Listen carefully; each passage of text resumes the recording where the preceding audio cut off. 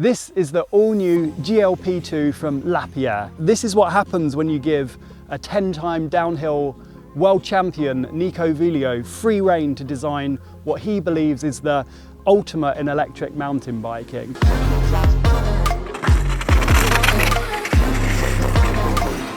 The goal, create a high-end Enduro e-mountain bike, an Enduro bike with huge uphill and downhill capability. The GLP2 has the all-new Bosch Generation 4 motor with a 500 watt-hour battery, all-new geometry with mass centralisation and a brand new kinematic. Lapierre have worked the GLP2's carbon frame to be smaller and a better balance of stiffness over the previous version.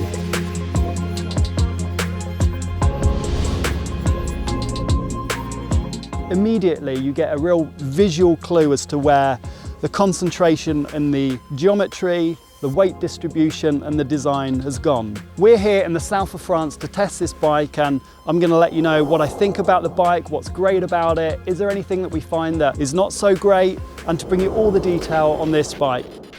One of the main features of this bike is just how the weight is distributed across the bike. You can see here, right in the center, that all of the weight is placed right below where you're sitting. So we've got the Bosch Generation 4 motor, and right above it we've got the 500 watt-hour Bosch battery. A lot of batteries you'll see have the in-tube integrated batteries, and what that can do is it can add weight towards the top of the frame. Lapierre's philosophy on this is it's not necessarily the best way to distribute weight.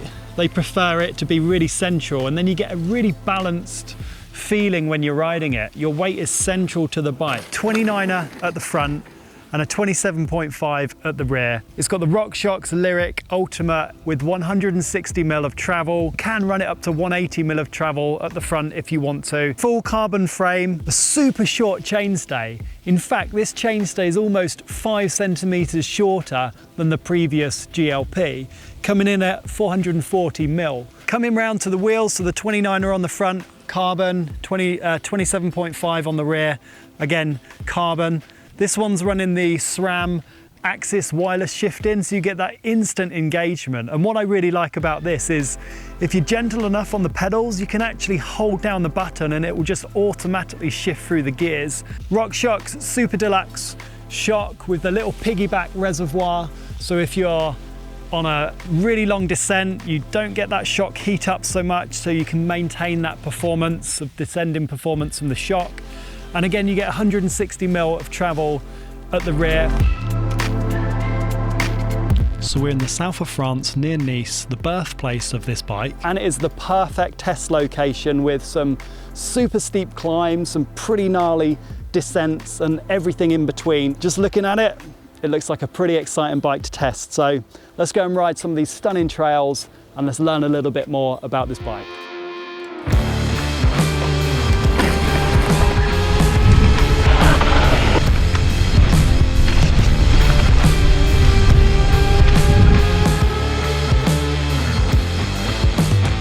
Firstly, I could really notice that the weight distribution made a big difference as soon as I picked up the bike. Moving most of the mass to the middle of the bike makes the front light. The result? Super quick and light steering, and handling that feels quite a bit different to many other e-bikes. I found that I could no longer rely on the additional mass that you get from riding an e-bike. I needed to weight the front a little bit more with my body. And when it comes to climbing, the bike was superb. It's got a short chainstay, so I really didn't expect it to perform as well as it did. The long reach helped me maintain my body over the front, and the Bosch Generation 4 motor easily has enough punch for the most technical climbs.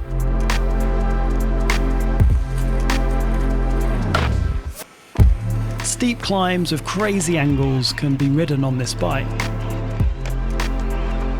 So clearly that weight distribution really does change the way that the bike feels. I wanted to catch up with Nico and ask him a few more questions. So from the first generation of GLP, it was weight distribution, the main goal and main idea. So like you can see, it's quite obvious. Battery, it's above the drive unit. So it's clearly all the weight is centered. So make the light quite light and easy to handle.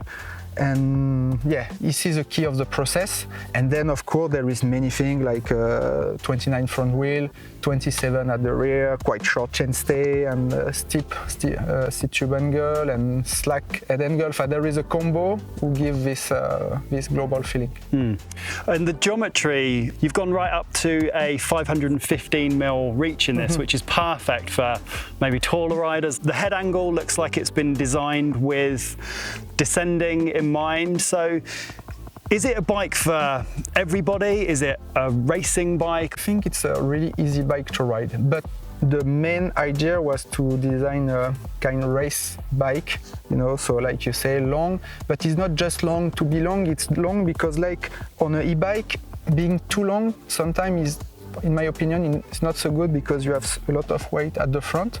So this one, to keep the wheel on the ground in uphill, we increase the reach to achieve that and to be stable as well, because you see the bike is it's quite maneuverable. So yeah, it's just longer for that.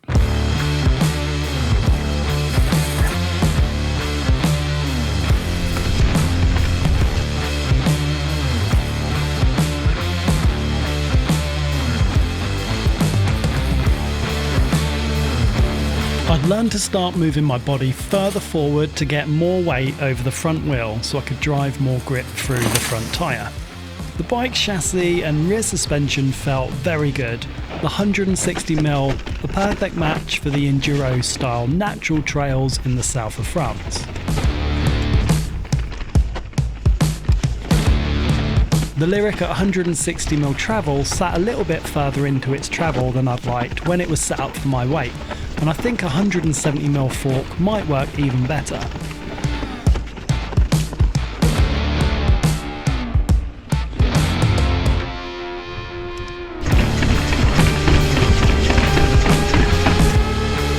The 65-degree head angle and long reach gave me lots of confidence on the descents, and it was quick and easy to manoeuvre. This bike weighed 21.9 kilograms with downhill tyres and inserts, which is an impressive weight for a full-on enduro bike.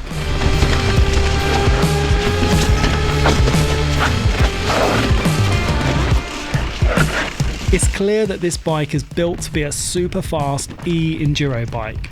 With its total focus on performance, it's going to be one bike to watch in the ever-growing e-bike race scene.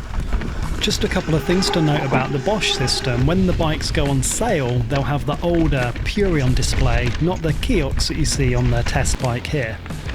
And talking of Bosch, as it's a Generation 4, like all others that I've tested, it still has that clunking sound that you can hear on rough terrain.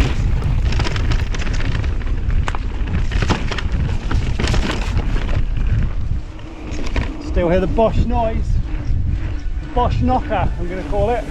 So the brakes, we've got the SRAM G2 RSC with a contact adjustment, reach adjustment with a 220mm rotor at the front and a 200 at the rear. One of the things I was quite curious about is why Lapierre is still using this Purion display, and it doesn't look to me the most modern. To be totally honest with you, it's quite a big display. Lapierre said that they feel that the ergonomics on this, when you're charging down the hill, it's easier to change. It's easier to change mode. There's just 2 buttons on it. And if you want a quick glance down at the speed you're doing, you've got a really big display on here. So you can run this with the kiosk display, but they preferred for performance reasons to have the Purion display with the quick mode change. You've just got 2 big buttons on here, and at a glance down you can see the speed that you're traveling. One thing I have noticed is the speed sensor. It is on the spoke here, and you see this little plastic thing. Lapierre have popped this on there to stop it moving around. So if you've had a bike before and you've put it down or fallen off, that magnet can move around, but this stops it from turning. I want to talk a little bit about the motor on this bike. So you've chosen the Bosch Generation 4 motor. I really think on this package is the the best one with the short power pack like that, 500, but quite light, 2.5 kilo. Now, okay, it's a new generation of drive unit, so up 25, it's great to ride. The torque is cool. Globally, it's hard to find better in this configuration, so for me, it was the ideal choice. And 500 watt-hour battery, I'm guessing you can't get a bigger battery in there, so what about riders that, you know, maybe range is a big thing, right? A lot of people are looking at how far can you go on an e-bike, and if you want to do a huge climb, what you do this? Look what I've got. I've got that, like a power pack with a battery. It's 300. So then you have 800. I think when you are a serious rider, you like to have two battery when you like to do long. So at the end you have 800 battery, and in my opinion, I prefer to have 2.5 kilo on the back than a bike heavier, that for sure 1 kilo with a battery, because 625, it's 1 kilo more, it's 3.5 kilo, the in-tube one. And then even the construction of the bike with the weight at the front and the bigger down tube, you take easily 1.5 on the same platform with a bigger battery. So at the end, you can carry, you can have more range, you can live in the bush if you want, and the bag from XLC is made especially for it. So the battery is it's maintained in the center, and you have some place as well for water and everything. So.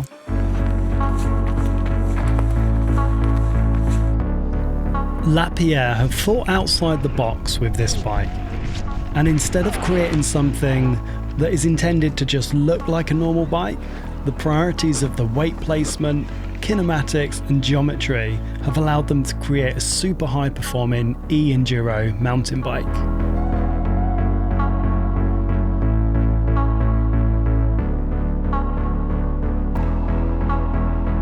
So really unique bike, like I said, when a lot of the manufacturers now are trying to create electric mountain bikes that look like regular mountain bikes, Lapierre are just going out there and saying, no, we want to create the best performing electric mountain bike. And Nico Vouilloz has gone out there and won races on this bike already. It is a top performing electric mountain bike, make no mistake. If you look at the geometry, it's got a good reach, pretty slack head angle, steepish seat angle for good climbing, short chain stay, does turn super quick, and with that really light steering, it can maneuver really easily. Now, like I said in the film, I had to change my weight position on the bike to compensate for the lower weight that's placed at the front, and it took a day or so, I would say, to adjust to it, because I'm used to having a bike with a battery that goes all the way up the frame and the weight is carried forward. So just something to consider.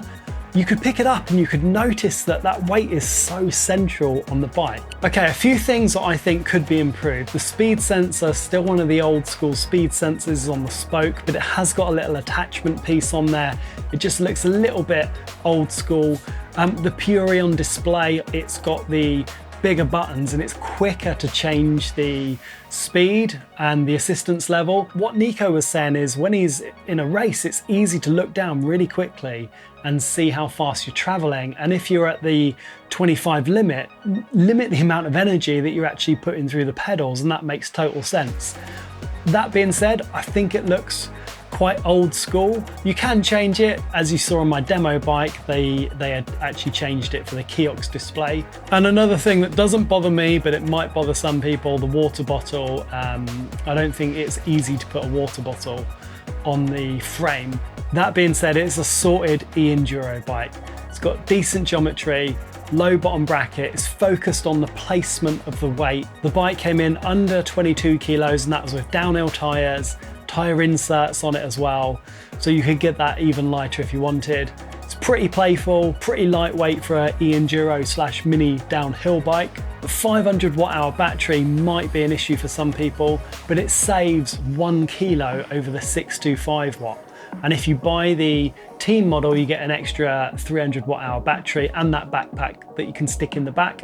I know some people want epic long day rides, so the 500 watt might not be enough, but you do get an extra battery. If you spend what is a lot of money, it's €8,500, £7,300 on the top model. And the climbing is excellent. I was super surprised with how well it climbed. And I just felt I needed to bend my arms and move my chest forward and almost get my chin over the handlebars. And as long as you kept your cadence up, it kept climbing. And some of the stuff that I saw Nico do was just incredible. So a sorted, well sorted, like priority is in the handling and the way that this bike performs. It is a lot of money. You could really trust the bike. The geometry was good, the suspension was good, the kinematics felt good. It just felt like one of those bikes that when you're on unfamiliar terrain, you could really trust it, and it felt agile and playful. I'm gonna say it's gonna be around here. Value's quite difficult because it's not cheap, but what you're getting here is a really unique bike with the way that they've distributed the weight and the way they've thought about it. So if you're looking for probably the best performing or one of the top performing e-enduro bikes for ripping it up and hitting e-bike races, this has got to be high on your list. So if you've got any questions, put it in the comments below. I try and answer every single one. And if you like the video and my content, let me know with a thumbs up. And if you want to see more, subscribe, because I bring out weekly electric mountain bike videos. And until next time, I'll see you soon.